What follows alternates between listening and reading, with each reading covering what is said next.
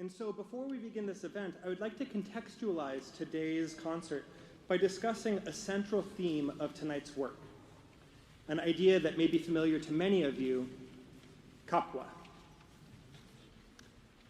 So my own musical journey began as a child, and like many Middle Eastern people, I was forced to take piano lessons as a kid, and I hated it. The music was great, but I hated practicing. I hated spending what felt like hours at the piano by myself, plodding through boring music my teacher had assigned to me. And so in middle school, I finally gave it up, and I joined the school band instead.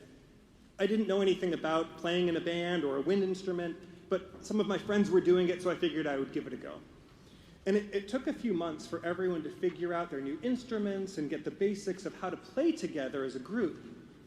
But once we did, everything fell into place. And it was, though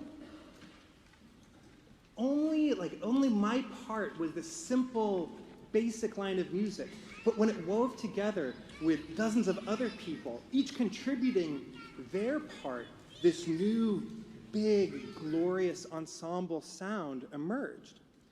The music was much more than what I could create by myself, and I realized this was the critical element, the element of togetherness that was missing from my early years of studying piano.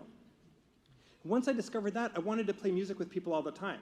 I started practicing piano again so I could play in rock bands, the school jazz band, the marching band, and eventually I joined choir, just as another musical thing to do.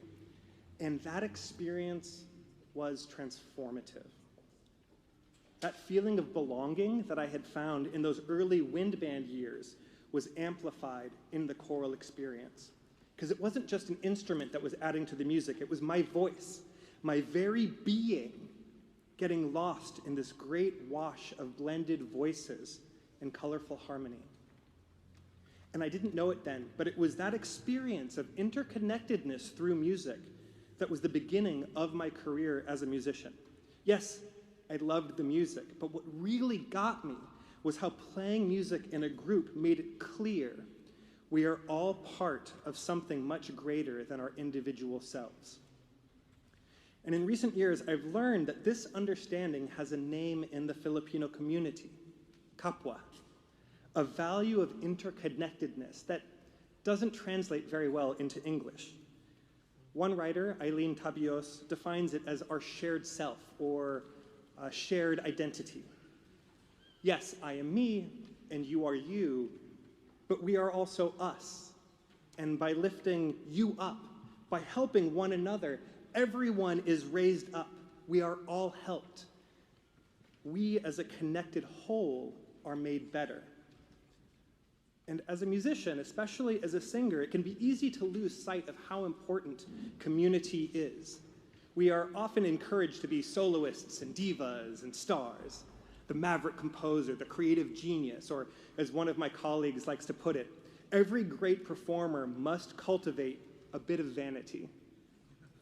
But in the warm embrace of an ensemble's music, the answer becomes clear.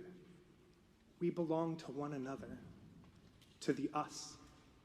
Each plays their part, contributing a single voice into a shared creation that is greater than the sum of its parts. Choral singing is the practice of contributing your mind, your body, and your spirit so we can let more of each other in. And I believe much of the immense joy found in group singing is how we lose ourselves in one another, a burnishing and polishing of the soul, freeing our hearts so they may swell outward toward one another in time to the rhythm and harmony of the music. Is there surprise then that choral singing has found an elevated expression among Filipinos? What better manifestation of kapwa could there be than singing together as one voice?